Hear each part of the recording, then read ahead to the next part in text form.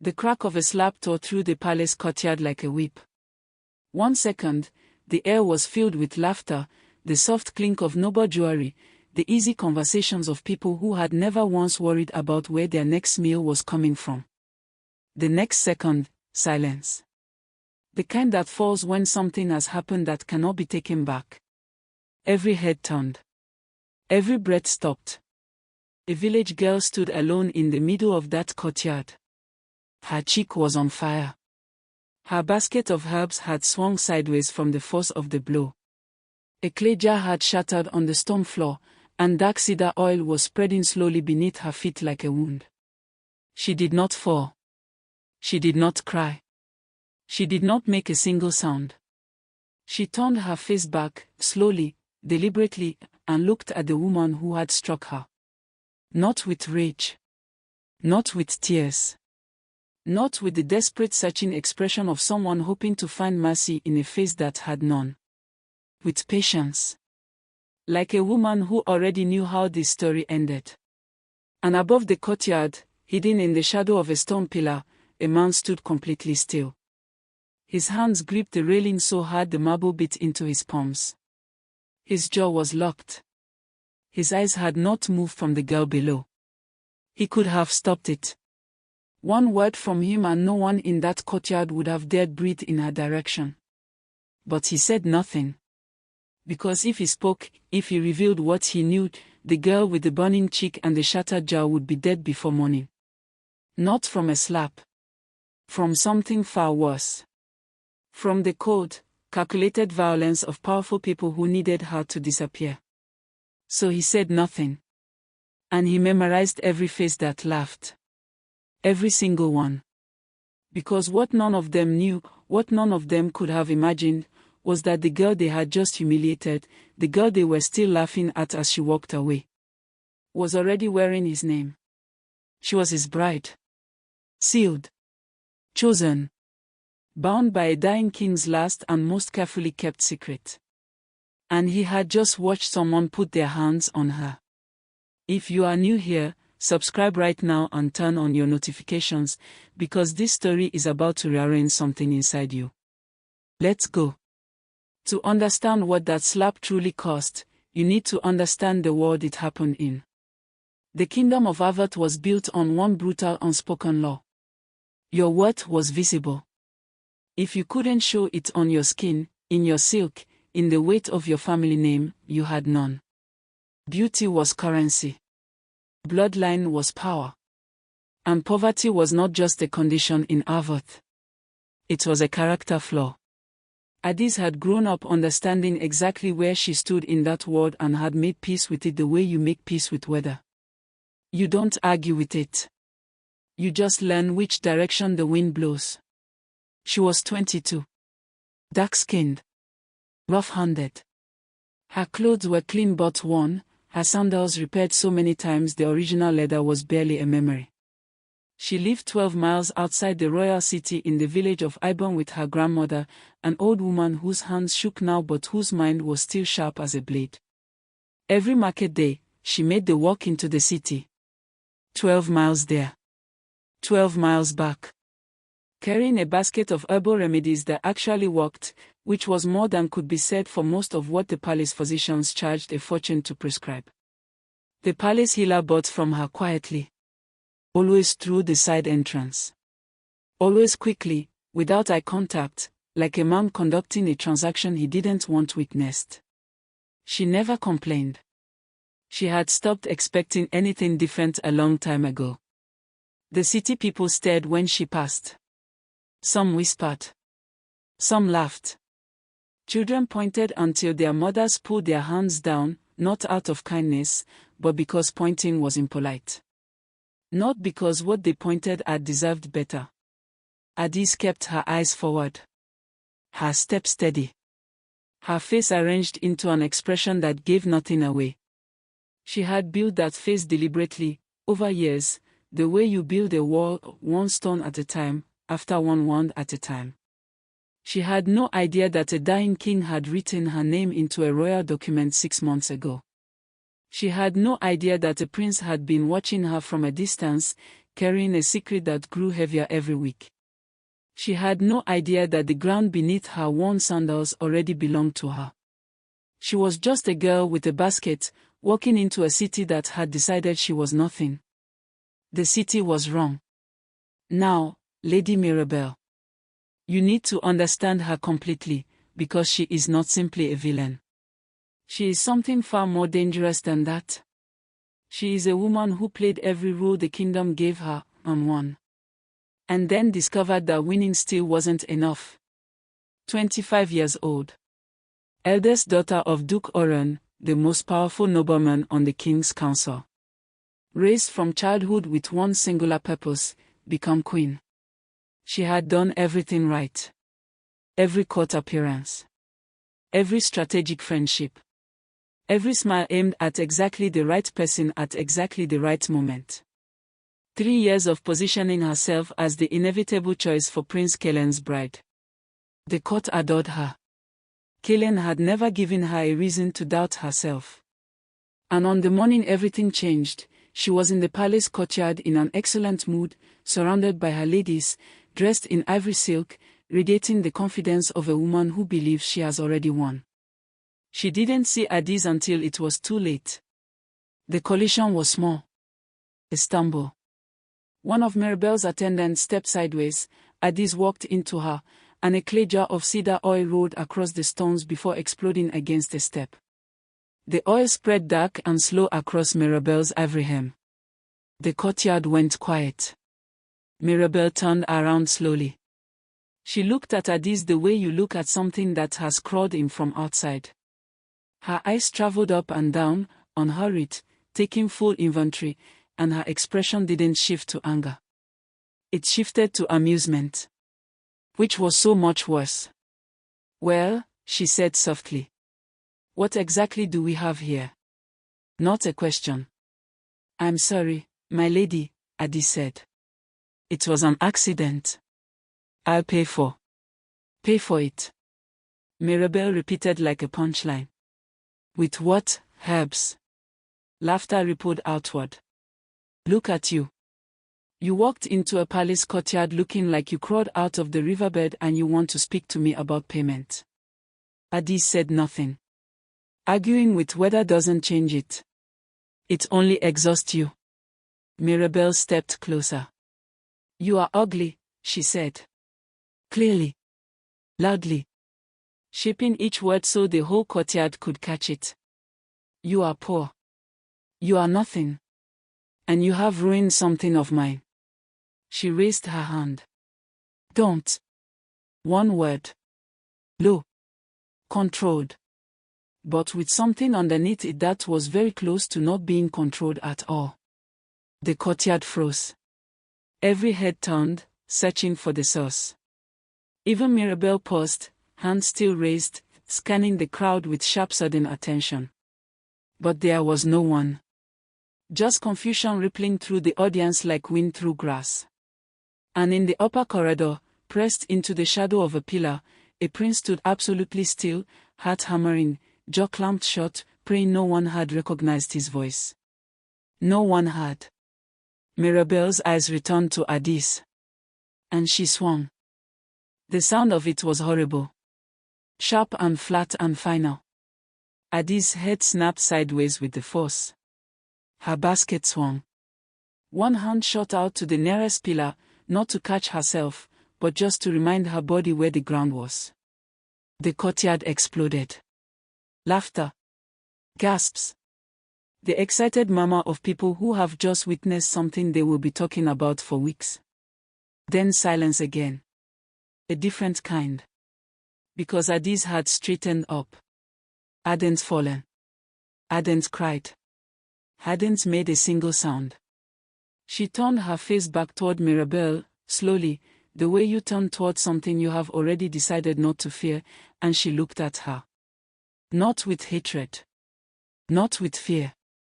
With something far more unsettling. Clarity. Like a woman who had just seen something confirmed that she already suspected. Then without a word, without a single backward glance, she bent, picked up her basket, turned, and walked away. No tears. No performance. Just footsteps, growing quieter, until they disappeared. Something strange happened in that watching. The laughter thinned. Because there is something deeply unsettling about humiliating someone who refuses to be humiliated. The crowd had expected tears or rage or pleading, something that confirmed their power over her. She gave them nothing. And nothing, it turns out, is the most devastating response. Mirabel felt it too.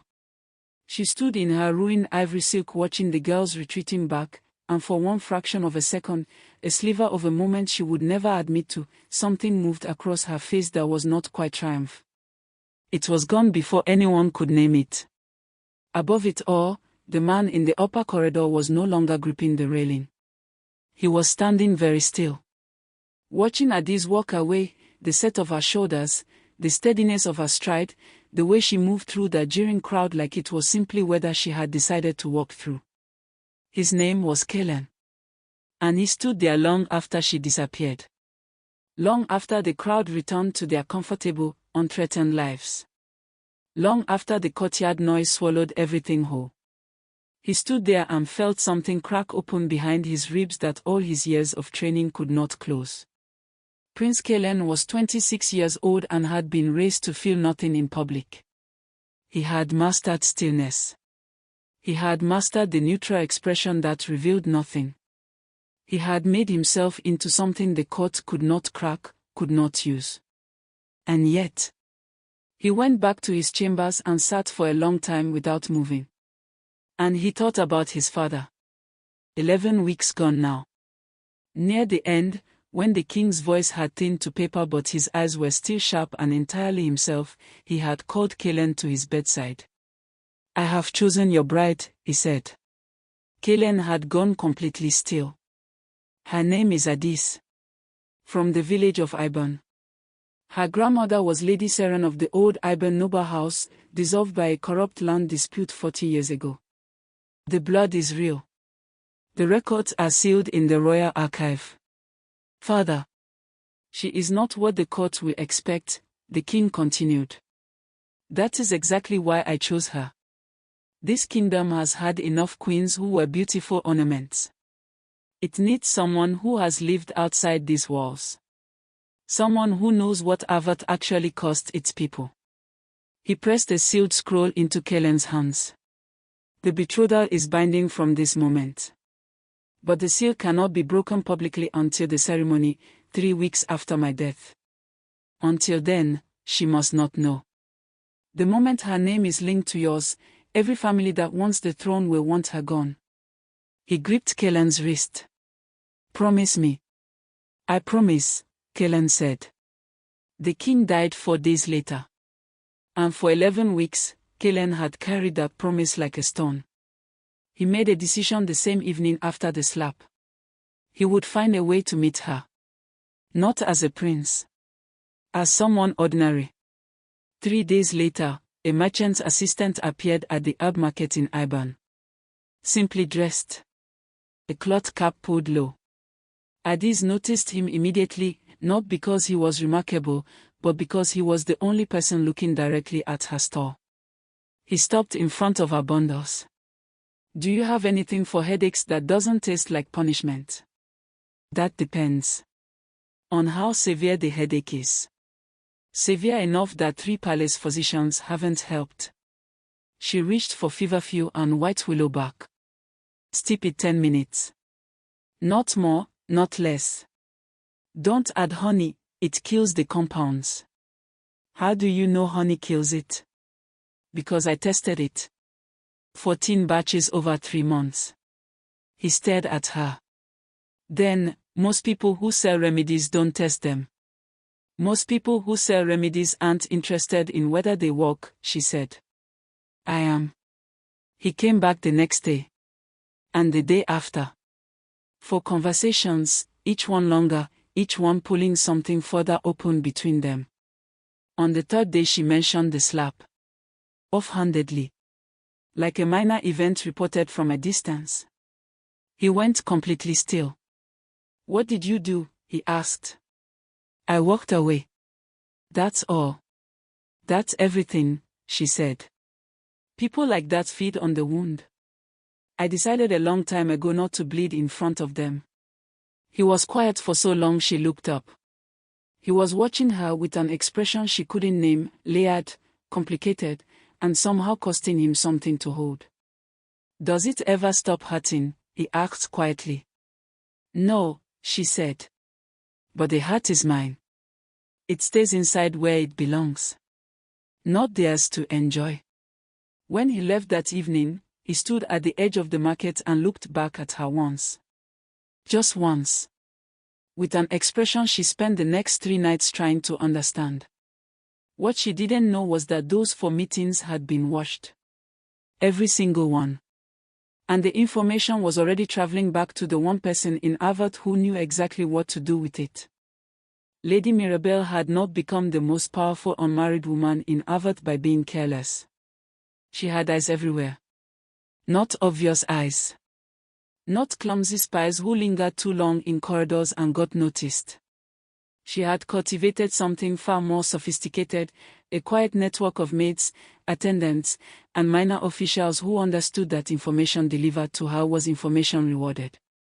So when her personal maid mentioned, casually, while pinning Mirabel's hair one morning, that the prince had been seen leaving the palace 4 times in 6 days through the 7th exit, dressed plainly, without his guard, Mirabel had said nothing.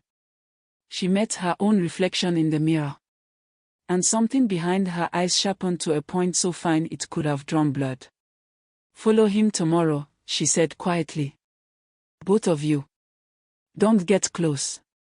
Just bring me a name. They brought her a name by midday. Adise. The herb girl. The one from the courtyard. The one she had slapped. Mirabel sat with that name for a long time. She turned it over. Examined it from every angle. Looked for the part that made sense. It didn't make sense. A prince. Heir to the throne of Harvard. Sneaking out through the 7th exit in a cloth cap to sit at a village herb market and talk to a girl with rough hands and a worn basket. Unless there was something she didn't know. And that possibility, the idea that there was a door in this situation she hadn't found yet, was the most frightening thing Mirabel had encountered in 3 years of very careful navigation. She stood. Went to the window. Looked out at the courtyard below. Thought about the way the girl had walked away after the slap. Head up. Spine straight. Not a single tear. She had dismissed it at the time. Written it off as stubbornness. The pride of someone too simple to understand what had just happened to them. But now, standing at the window with a name burning in her hands, she wondered if she had missed something. She turned away from the window. I need to know everything, she said. Her family. Her bloodline. Her grandmother's history. Every death, every rumor, every crack in the foundation. She paused. And I need someone inside the royal archive. Her attendant hesitated. The archive is restricted, my lady. The late king's personal documents. I didn't ask about restrictions, Mirabel said pleasantly. I asked for someone inside. The attendant left quickly. Within a week, the whispers had started. Not loud ones. Not the clumsy obvious kind that could be traced back to a source. These were the elegant, deniable kind, the whispers that appear to arise naturally from concerned citizens and responsible court officials. The kind Mirabel was best at. The first moved through the noble circles like smoke under a door. That the village herb girl had been seen entering the palace after hours. That nobody could confirm what she was doing there. The second was more specific. That the girl's grandmother had practiced what some call traditional medicine, and what others, in quieter corners, called something else entirely. That certain combinations of herbs, in the wrong hands, could do more than heal. The third was the most dangerous. That a palace official had discovered an irregularity in the late king's archive documents. A bloodline claim attached to the girl's family name. That the claim appeared recent. Suspicious. Possibly constructed. None of it was true. Every word of it was spreading. Addis felt it first at the village well. She had gone to fill her water jar on a Tuesday morning, the same as every Tuesday for years, and the two women already there had stopped talking the moment they saw her. Just stopped. One picked up her jar without eye contact and left. The other gave her a look that was half pity and half something harder to name. Heard you've been tangled up in palace business, the woman said finally. I sell herbs to the palace healer, Addis said carefully. That's all. The woman looked at her for a long moment. Then she picked up her jar and walked away without answering. Addis stood at the well alone. By the end of that week, 3 regular customers had stopped coming to her store. A neighbor returned a borrowed grinding stone without speaking. And a boy who usually ran to show her the frogs he'd caught crossed to the other side of the road when he saw her coming. She sat outside her grandmother's hut that evening with a feeling in her chest she couldn't name. It wasn't fear exactly. It was the particular loneliness of being in trouble you don't understand yet. Of feeling the ground shifting without being able to see what's moving it. Her grandmother came and sat beside her. The old woman's hands shook but her eyes were still knowing in the way that eyes get after 8 decades of watching the world do what it does. She looked at Addis for a long time without speaking. Then she said, when powerful people start noticing you, child, it means one of 2 things. Either you have something they want, or you have something they fear. I have nothing, Addis said. Her grandmother was quiet for a moment. That, she said softly, is what you think. Addis looked at her. The old woman patted her hand once, stood slowly, and went back inside. And Addis sat in the gathering dark, turning those words over and over, searching for the meaning she could feel hiding just beneath the surface. She didn't find it that night. 4 days later, a letter arrived. Small. Folded once. Sealed with plain wax and no crest, no name, no indication of who had sent it. The boy who delivered it was gone before she could ask a single question. She opened it.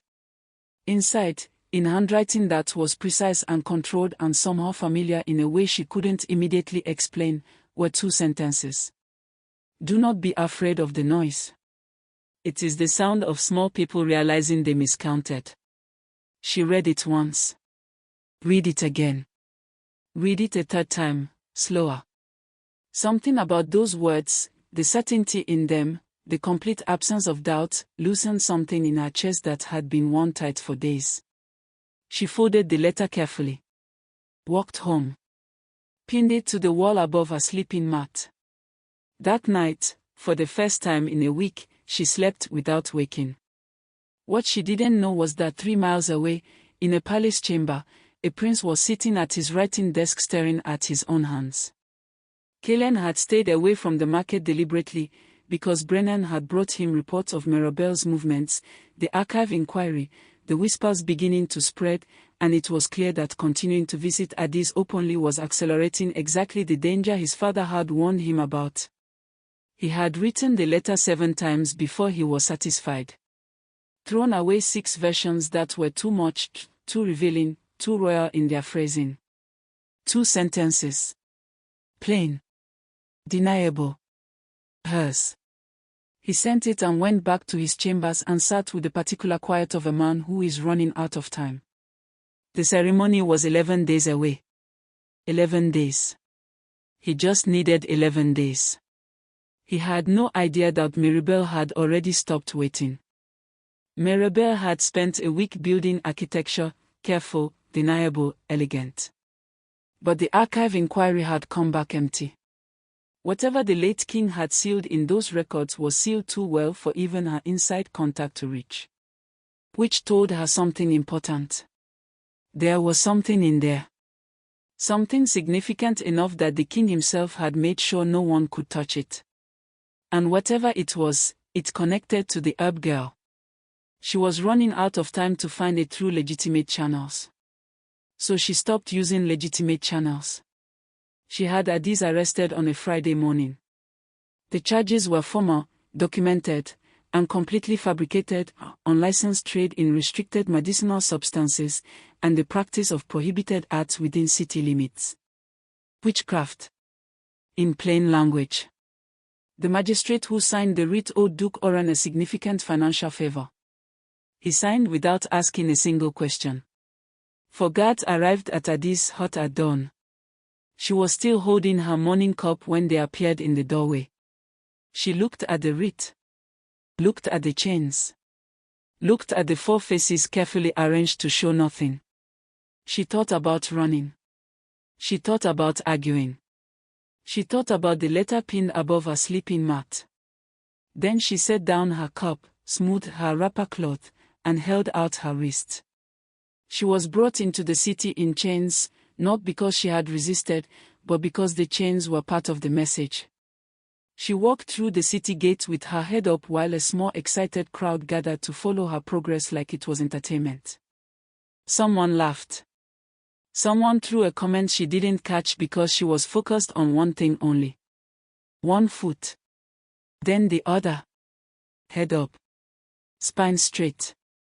Eyes dry. The magistrate's hall was packed. Standing room only. The news had traveled with the speed that scandal always does in a city hungry for something to talk about. She was brought to stand before the bench. The magistrate opened his mouth to begin. A royal seal was placed on his desk. The room stopped breathing. Everyone looked at the seal. Then at the palace guard who had placed it there. The guard's voice was flat and professional and memorized. This matter falls under royal jurisdiction. The accused is to be released immediately, unharmed, and escorted directly to the palace.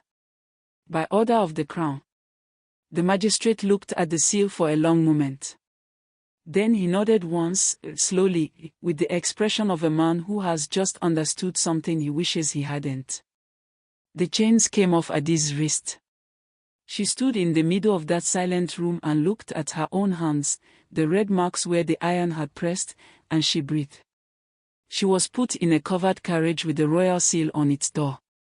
No one explained anything. No one told her where she was going or what was waiting at the end of the road. She sat with her hands folded in her lap and her heart beat loud in her own ears, looking out the small window at the city moving past. She thought about her grandmother. About the letter on her wall. About a man in a cloth cap who listened like the world had gone quiet. Whatever is coming, she told herself, face it the same way you faced the slap. Head up. Spine straight. Eyes dry. The carriage stopped. The palace gates opened. And somewhere inside those walls, Lady Mirabel had also received a summons, a formal request to attend the throne hall the following morning for a matter of the crown. She had read it in her salon with steady hands and a smile she couldn't quite keep off her face. She still believed she had won. That whatever was in that archive, she had at least forced the prince's hand. Made him move. And now they would all be in one room, the prince, the village girl, the entire court, and she would find the crack she needed. She was still smiling when she went to bed. She had miscounted. She just didn't know it yet. If you have been watching this far and you haven't subscribed yet, now is the time. Hit that button because what happens next in that throne hall is something you do not want to miss. Let's go. The throne hall of Harvard had seen coronations and funerals, treaties and betrayals, declarations of war and declarations of love. But the people who filled it that morning, every noble family, every council member, every court official packed in with the tense energy of people who know something enormous is about to happen but cannot agree on what, would later say they had never felt a silence quite like the one that fell when the doors opened. Mirabel stood near the front. She had dressed carefully. Deliberately. Deep green that made her eyes sharp, her hair pinned to architectural perfection. She looked like what she had always intended to look like. A queen waiting to be crowned. Addis was led in through a side entrance. Someone had given her a simple dress, clean, the color of cream. No jewelry. No adornment. Her hair pinned back plainly.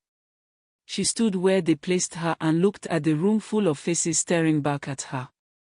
And she breathed. Just breathed. Then Prince Kalan walked in.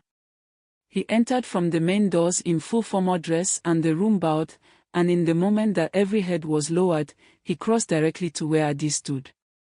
He stopped in front of her. And she looked at his face, really looked, for the first time without a cloth cap and a story about headaches, and the recognition hit her like cold water. The merchant's assistant. The man who listened. The one who asked if it ever stopped hurting. He held her gaze. And in his eyes was something layered and complicated and achingly honest, apology, and resolve, and something softer beneath both that she wasn't ready to name. She had about 4 seconds to process all of this before the council elder stepped forward with the scroll. The room went absolutely still. The elder broke the seal. And read. The late king's words filled the hall, the bloodline, the choice, the reasoning, the binding, and as each sentence landed, Adis felt the world rearranging itself around her into a shape she had never imagined. Her grandmother's name. Her village. Her name. Her name. In the king's own hand. In a document sealed for 6 months. Adis of IBN. Chosen. Bound. Bride of the crown. The sound that moved through the hall was not quite a gasp and not quite silence. It was something in between. The sound of an entire room recalibrating. Mirabel's face, the court watched it happen in real time. The smile freezing. Then cracking. Then falling completely away. She looked at Adis, barefoot, village-born, standing quietly in a borrowed dress, and for the first time in 3 years she had nothing to reach for. Nothing to calculate. Nothing to strategize. Nothing to say. Just the slow, devastating understanding of how completely she had miscounted. Then Kalan spoke. He didn't raise his voice. He didn't need to. 3 weeks ago, in the courtyard of this palace, a woman was struck across the face in front of witnesses. She was mocked for her appearance, her poverty, her presence in a space that, as it turns out, she had more right to stand in than anyone who laughed. The hall was a held breath. I watched it happen. I could not speak then. I can speak now. He paused. Let the silence do its work. The woman they called ugly will sit beside me on this throne. And I want every person who laughed that day to understand something clearly. His eyes moved, slowly, deliberately, across the room. Finding faces. Holding them. Releasing them. I remember every face. He turned to Adis. Extended his hand. Palm up. Open. Unhurried. She looked at it. She thought of 12 miles of road and a warm basket and a grandmother who said, the ones who survived the mud walk into the palace eventually. Just be ready. She thought of a red handprint on her cheek and the silence she had chosen and a letter pinned above her sleeping mat. She thought of a man who had listened like the world went quiet. She took his hand. And across the hall, Lady Mirabel stood very still, dressed like a queen, holding the ruins of everything she had spent 3 years building, and watched the village girl she had slapped become the future of Avoth. Lady Mirabel lost her palace privileges before sundown. The false arrest, the planted rumors, the bribed magistrate, it unraveled quickly once the council had reason to look. Her father's influence evaporated with the speed that powerful men's influence always does when the wind changes direction. She was not imprisoned. She was simply reduced. And in a kingdom like Avoth, for a woman who had built her entire identity on elevation. That was its own kind of sentence. Adi's first formal request as the prince's betrothed was not for jewelry or a title or the public humiliation of anyone who had wronged her. It was a meeting with the king's council. She walked in, still the same woman, still with the same unhurried steadiness, and laid a proposal on their table. a scholarship program for girls from the villages outside the city walls. Funded by redirecting the annual Noble entertainment budget which, she noted with a calmness that left no room for argument, had not produced anything useful in living memory. The council stared at her. Kellen, seated beside her, said nothing. He just watched them meet her. Watched them try to find the angle, the weakness, the thing they could push back on, and find nothing. 3 approved it that afternoon. The other 8 came around within a week. And later, when the palace was quiet and the corridors were empty, Kellen found her standing at the window of her chamber, looking out at the city below. "You knew," she said, without turning. "At the market. You already knew who I was." "Yes," he said. The headache, a pause, was real. The remedy worked. She almost smiled.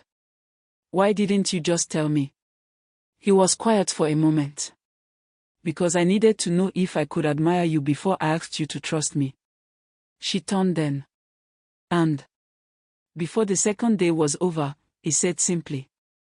She looked at him for a long time, this man who had watched and waited and carried a secret like a stone because he believed it was the only way to keep her safe. She hadn't decided yet if she forgave him. But she thought she might. She thought she probably would. They called her ugly. They called her nothing. They laughed at her bare feet in the palace courtyard and never once considered that the ground she stood on already belonged to her. Addis never asked the world to see her differently. She simply kept walking, through the mud, through the markets, through the throne hall, the same woman she had always been. And in the end it wasn't beauty that won her a crown. It wasn't bloodline or strategy or revenge. It was the thing they mocked most. Her quiet, unshakable refusal to become small.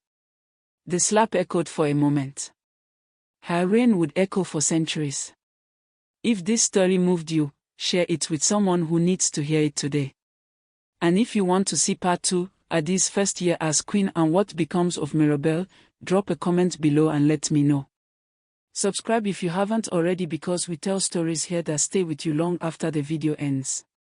I will see you in the next one.